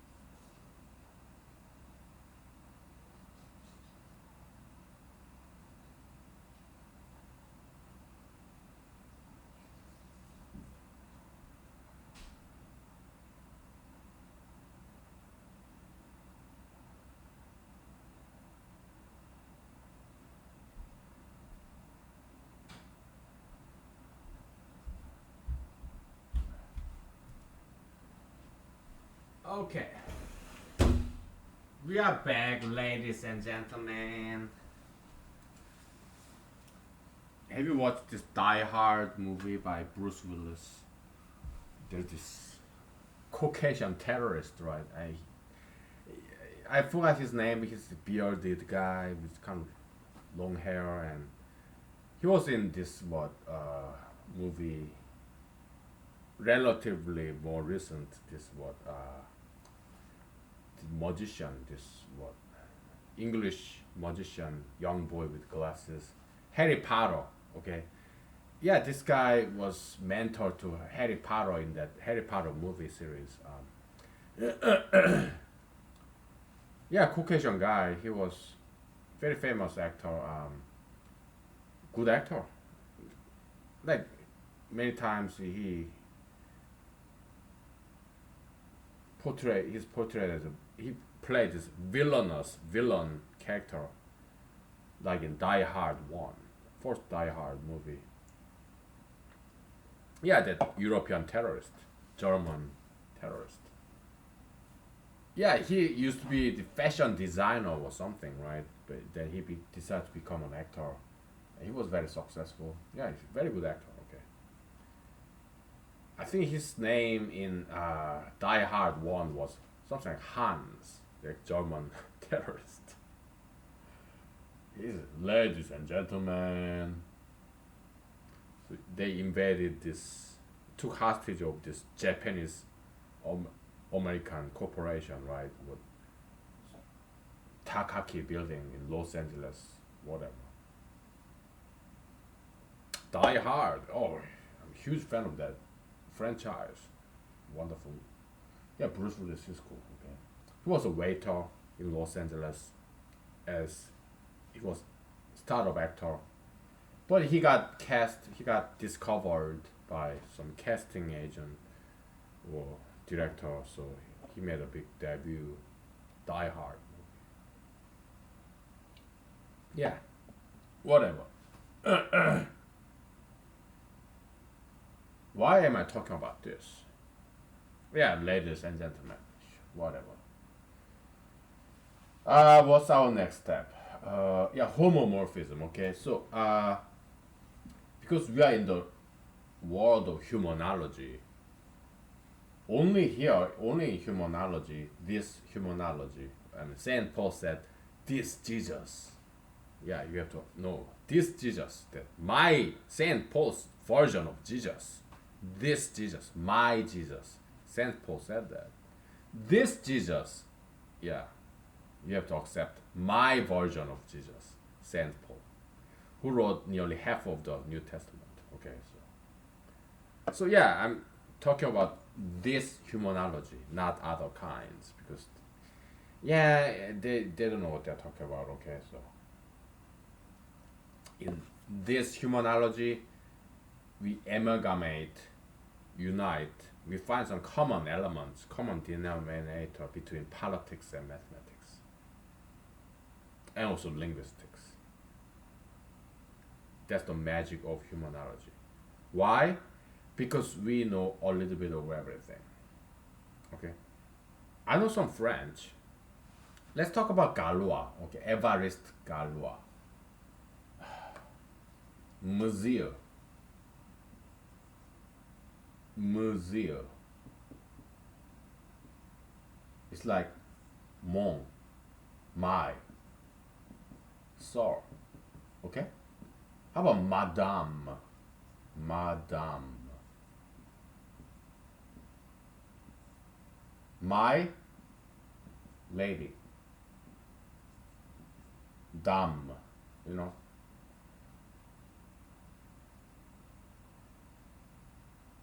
Dame. It's like dome. Dome. Roof. Domestic. Yeah. Traditionally, women, they stayed at home, clean the room, cook in the kitchen, take care of kids. That's what traditional women did back in the days. And well, yeah, I know what you're about to say. Oh, you're sexist. misogynist. You're a sexist, misogynist. I hate you. But what I'm gonna say to you is that you do not want to characterize your mother, your grandmother, your ancestral female figures as some kind of domestic animals or slaves. You don't want to, that's not your best interest. To characterize your female ancestors as losers, prisoners of house. You don't want to characterize your female ancestors as sex slaves or domestic losers. Okay? That's not what you want. That's not to your best interest. I'm just trying to educate you the right way to think about your ancestors. Okay, this is important. Okay? So yeah, you want to appreciate your ancestors' lifestyle, no matter how different, perhaps unacceptable to you today it may be. I want you to understand and appreciate your ancestors. It is very important because Bible says honor your parents. Don't dishonor your parents, your mothers, your grandmothers. Don't dishonor them, honor them, appreciate them, their lifestyle even, okay? Yeah, so yeah, dom, my lady, women, domestic, in-house, okay? That's how it was back then, okay? So, yeah, politics, mathematics, okay? Why is it mathematics? We're gonna call this French man, Monsieur Galois, Évariste Galois. Homomorphism, group theory, okay? So, all right. Okay?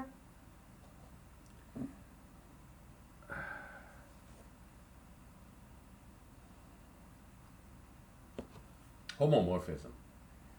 How can we formally define homomorphism? I mean, it's already defined by some other mathematicians, but we're gonna define it our own way. Let me get some thumbs because. Woo!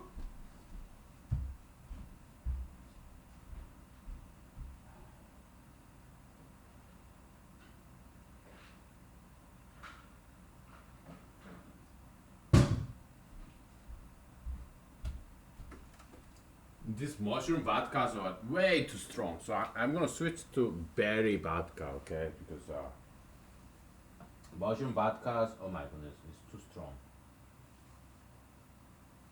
More than I can handle. Saturday morning, really. Oh boy. I want some berry vodkas.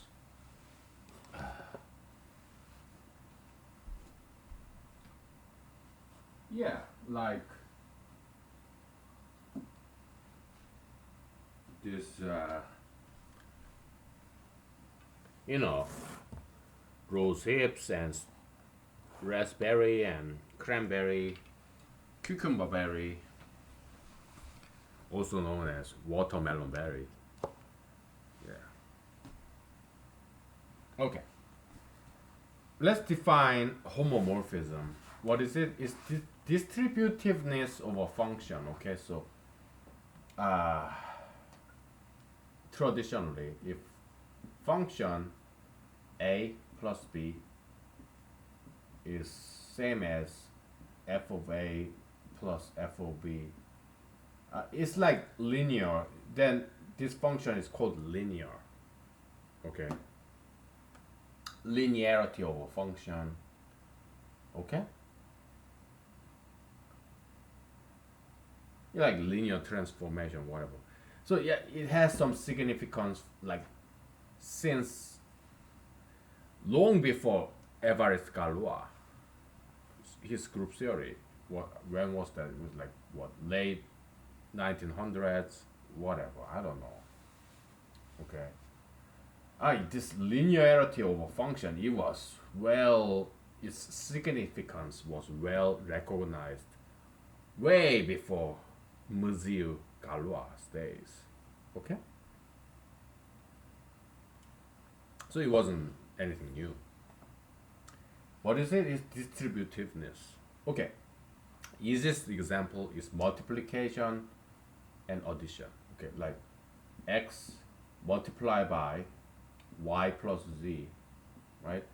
Yeah, you distribute that shit, right? So x times y plus x times z. Okay?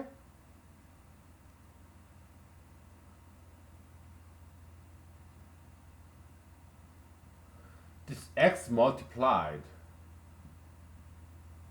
okay, we call that function as f of x. Okay? So f of x, y plus z is same as f of x of y plus f x of z. Why? Because f x of k is by definition, I'm sorry, fx of k is by definition x times k. Okay? So this function, fx function, okay, is homomorphic, is distributive. Homomorphic means distributive. Okay? So that's what homomorphism in group theory is about. It's another name for distributiveness. Okay? Homomorphism, same form. It preserves the structure. Okay, that's how they explain it, right? So, okay. Yeah, it's very simple concept, really, if you think about it. All right, so it's a so what is homomorphism then? How can we formally define this concept of homomorphism? Do you have any idea? I do, but I will let you think about it and tell me. I give you like 20 seconds. Formally define what homomorphism is. Is it a function? Is it a set? What is it? Is it a property? Yeah, tell me. Okay, I give you like 20 seconds. Okay, so because I gotta feed my berries with some fresh vodka. So yeah, tell me. Think about it and tell me. Okay. I give you 1 minute. I'm all ears. Time is yours. Okay. So.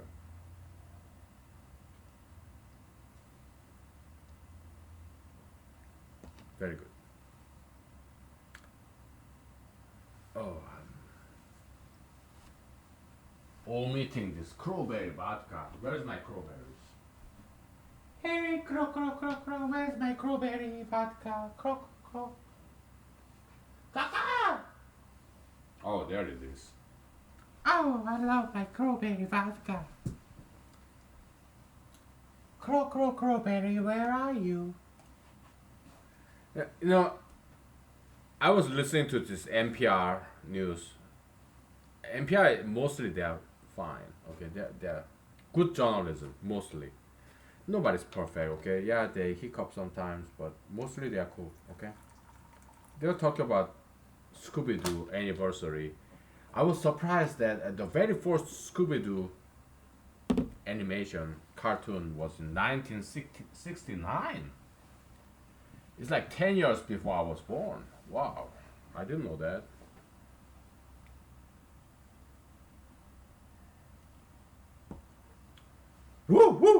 I am here. It's so funny. Talking dog is hilarious. Because dogs, when they bark at you, they try to talk, right? So cute. I love dogs. Okay. They don't taste very good. I have eaten some dogs. They don't taste very good. Okay, that's a kind of like this dog smell. Ugh, disgusting. Yeah, I'm not a huge fan of dog meat, by the way. Okay, but I have eaten some. Okay. Yeah. What does it taste like? Does a dog taste like chicken? No. It tastes like your best friend.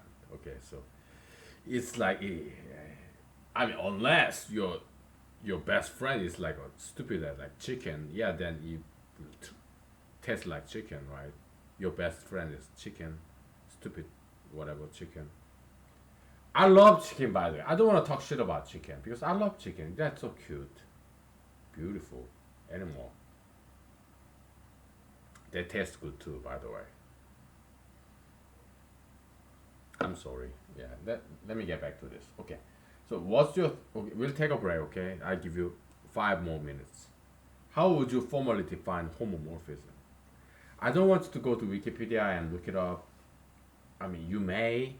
I cannot stop you from doing that, but I want you to be an independent thinker. Okay? So try to define this homomorphism, this distributiveness of a function in terms of an operator. Okay? This homomorphism. How would you so we conceptually understand what homomorphism is? It's distributiveness of a function, the property. How would you define that? Is it a set? Is it a function or property? Yeah, try to formally define that without resorting to any other external sources like Wikipedia. Okay, I give you 5 minutes. Okay, because it's important. All right, let's take a break and we get back. Okay. All right. All right.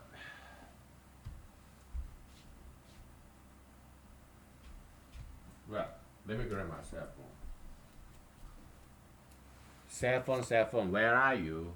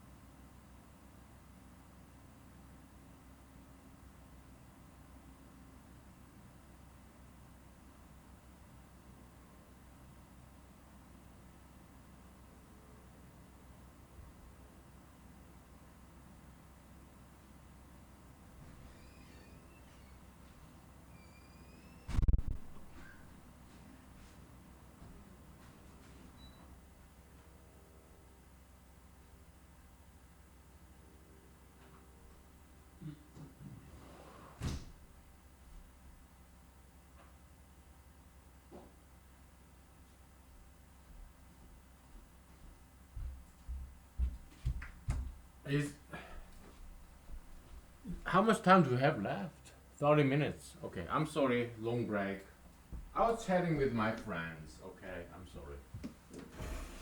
But I gave you ample time, right? So it's good that you have some independent time to think about this distributiveness, this property of function. It's a category of functions. There are many functions. Not every function is distributive. And so, give me 1 second. I gotta respond to my friends. Just Saturday morning chatting, okay?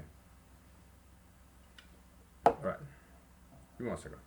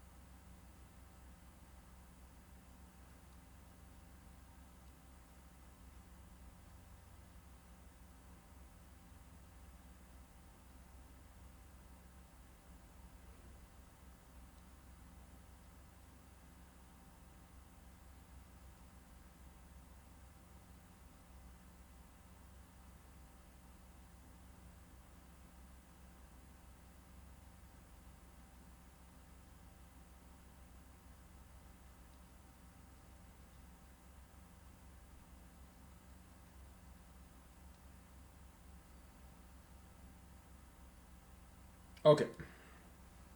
So, this distributiveness, okay? Let me put my phone on silence mode, airplane mode, okay? Because I gotta focus. Uh, so what's your answer? Did you think about this? Like I told you to? It's important. Is it a set homomorphism? Is it a set or a function? What is it? A property? What is it?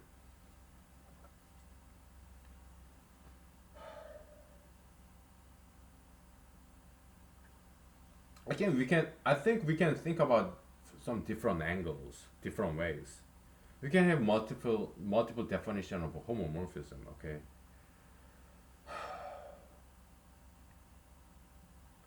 One way to think about it is not surprisingly, it's a set. Okay, so homomorphism, let's call it H. Set H. Okay, set H. I gotta pick the right color for this.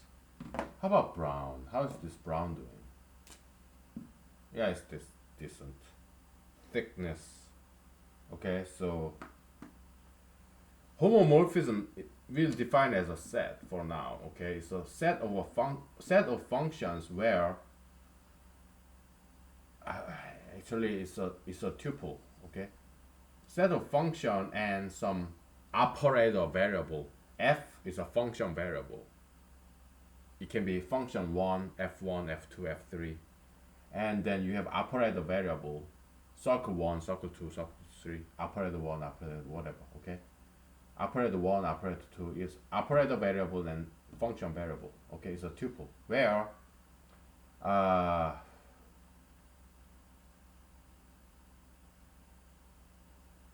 actually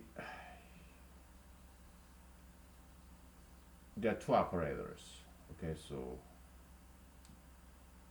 we call it triangle. Okay, one function and two operators, two operator variables and one function variable. Okay, such that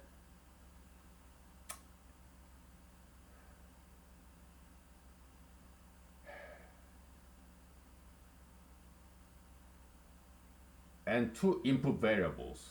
Okay, my goodness, we need more room. Yeah, homomorphism is not an easy concept. A little bit more involved. Okay, so homomorphism, okay, is quintuple, okay, a tuple with 5 elements: F, circle, triangle, and X, Y, okay, such that the condition here, okay, so F of X circle Y becomes F of X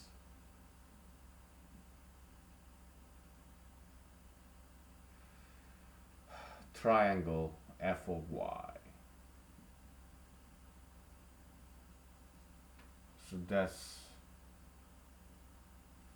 one definition of homomorphism. I know it's complicated definition, okay, so it's kind of distributive, but these two operators don't, they're not the same. Okay, why? Because f is a function. It could be a set function whose input is a number, whose output is a set. So in function theory, right, you have domain and you have function f, transformation function, and you have codomain y. X can be just a set of numbers, and y can be a superset of sets, power set. Okay, so x can be integers, y can be complex numbers. Because f, you can define f as, f can be defined as multiplied by imaginary number I. Okay, like fx is ix. You have set of integers in the x domain. Codomain can be complex number set. Okay, so domain and codomain, they can be different sets, different kind of sets. Okay, so yeah, again, it's not an easy concept, it's not trivial. So let me take a picture of this. Okay, so I mean, I'm chatting with my friends, but we have 20 more minutes left. So when this cell phone is airplane mode, I can still take pictures. Okay, so it does, taking pictures does not require any internet connection, so I can still take pictures. Okay, you know, there's this concept of foldable phone. I looked it up, you know, Samsung Galaxy whatever, foldable phone. I think it's a really cool concept. Yeah, it's very creative. Foldable phone, so that it's compact, but when you unfold this phone, it has bigger screen for your video game or movie, music video, whatever. I think it's a very good concept. But I'm not gonna buy it because it's too expensive. I mean, I don't have any money.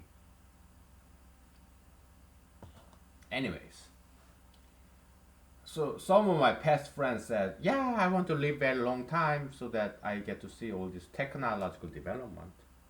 Yeah, I agree. Yeah, it's good to live very long, see how world changes for the better. Okay, like drone technology.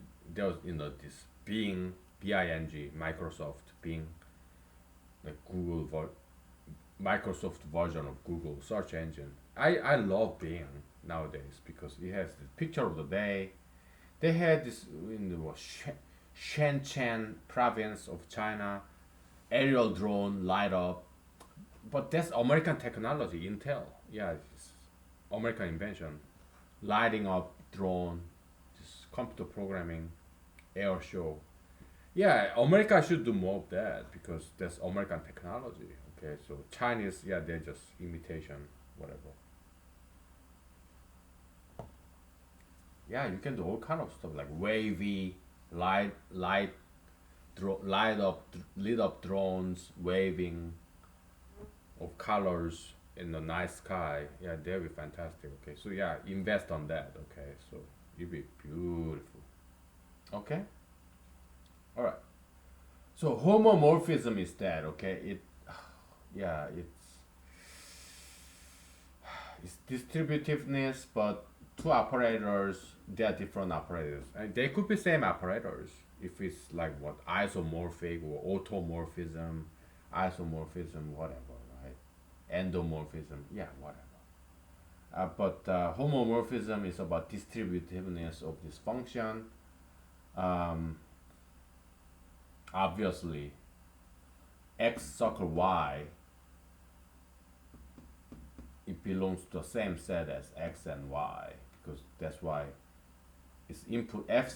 X circle y is an input to f function, and also x is also input to function f, and y is also input to f function, right? But the result of f does not have to be the same set as x, y, or x circle y. But uh, x, y, so and x circle y, they all have to belong to the same set x. Why? Because they are all inputs of same function f.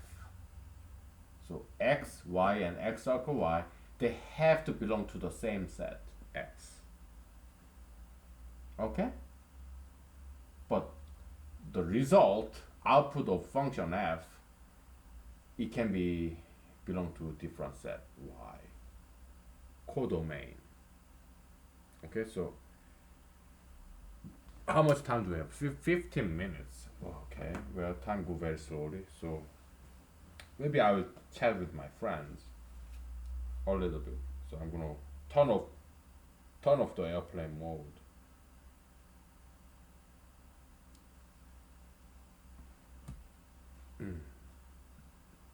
Yeah.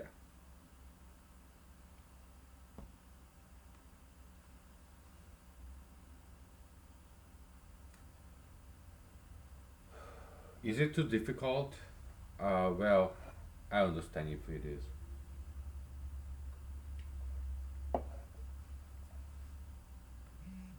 Yeah, it's not an easy concept. I told you. I'll admit that. But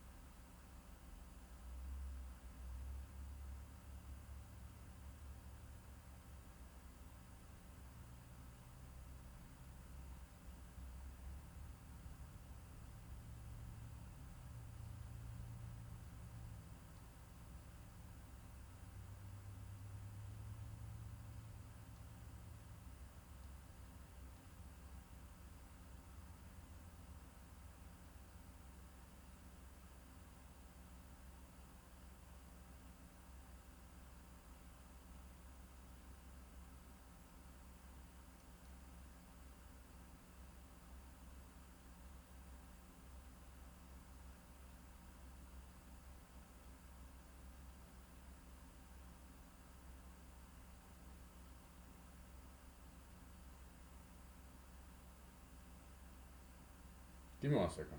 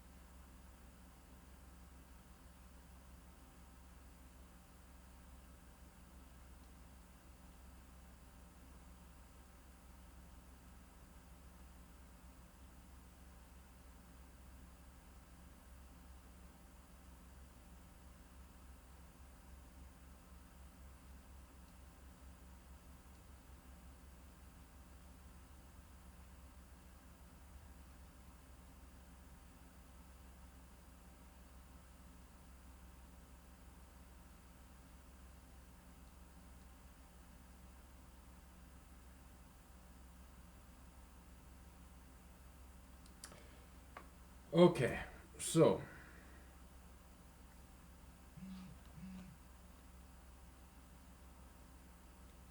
yeah, I gave my friends enough attention, so let me just put this phone in a silence mode. Airplane mode, okay. So, homomorphism, okay. Yeah, it's not a, we have 10 minutes left. Let's make the best use of it, okay. So, I put my cell phone on airplane mode, okay. So, I'm all yours, okay. My attention is devoted to you for this 10 minutes from now, okay. So, I mean, for the 10 minutes where we have now to the future, okay? 10 minutes. I'm all yours. All right?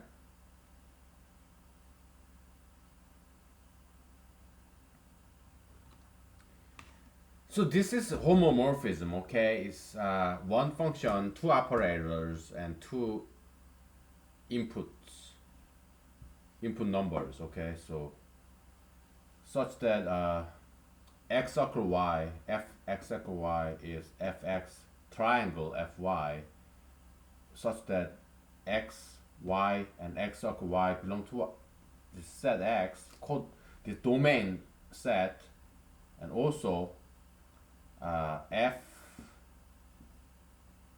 of some number belongs to codomain y.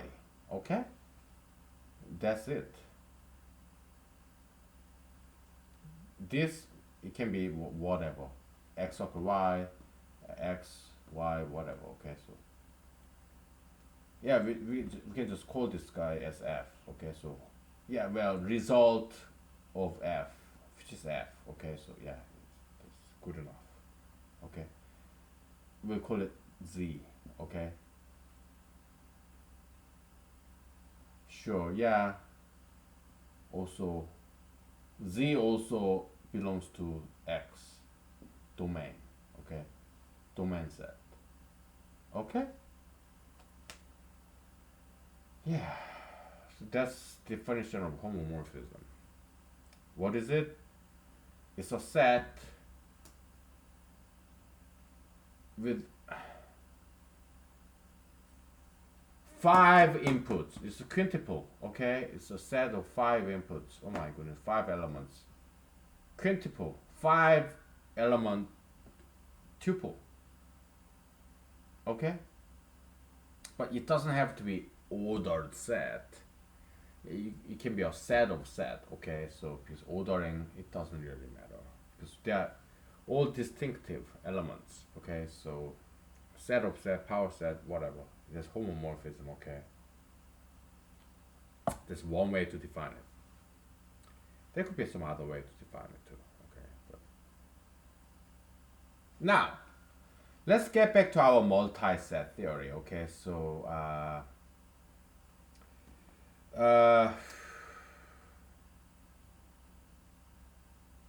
you have sigma, right? Sigma function. Sigma of A, right?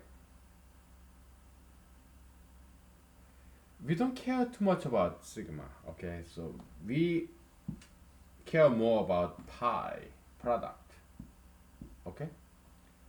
The one instance that we are interested in is this sigma. I'm sorry, pi of A, and then you have strict union star circle B. Well, they are multi-sets, right?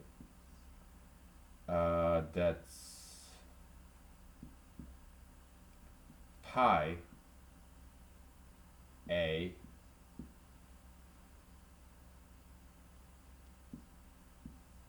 multiplied by pi of B. So it is pi function, meta function, it is homomorphic. Uh,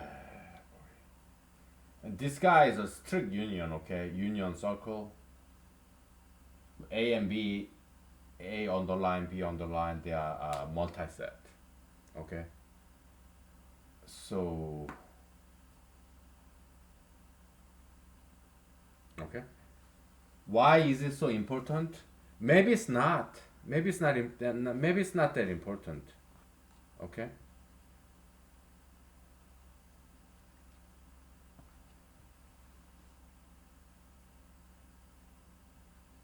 But it's interesting. Why? Yeah, maybe I'm kind of this sucker. Maybe I kiss asses. I lean on this big group theory, this ideology of Everest Museo, Everest Galua. Group theory, right? Yeah, maybe I'm leaning against that. This big power, reliance on power. But it's not just that. Yeah, maybe it's part of it. Okay, maybe I want to what tap that ass, get some gain, profit from by conforming to the standard of this group theory, this mainstream. Maybe I'm following the mainstream, but it's more than that because homomorphism, this distributiveness of a function, it proved to be very useful for us. Do you remember this?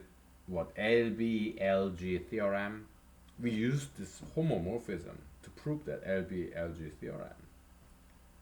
So it's already proven to be very useful for us. It's a powerful tool. Powerful tool. Okay, so yeah, it does have some practical usage. We are convinced, persuaded that homomorphism in group theory is a good tool. It's a good theory. And also it's very beautiful and very generic, abstract. Okay, so it's something very interesting, very beautiful in itself. Like burning bush of God, Jehovah, and Moses. God said, yeah, I am that I am. I don't have to refer or cite.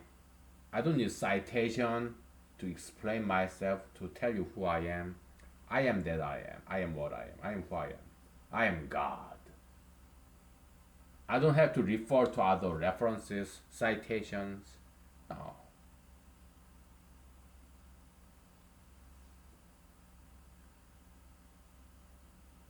Burning bush, Moses. Because Moses asked God, who are you? Oh, I am that I am. Je suis, Jesus. I am. Je suis in French. Or Jehovah. I am that I am. Probably is probably same thing. Okay, Jehovah. Okay. Let's use different color because we are talking religion now. Politics, mathematics, religion all come in the same bucket, only in humanology. Okay, so yeah, you have Jesus, right? In French, you have Je means I, suis, I am. Then you have Jehovah, right? Jehovah. Hova, does it mean am, like to be? I don't know. I don't know any Hebrew, okay? All I know is Salom, like hello, or in Arabic, Shalom. Shalom, Shalom Alaikum.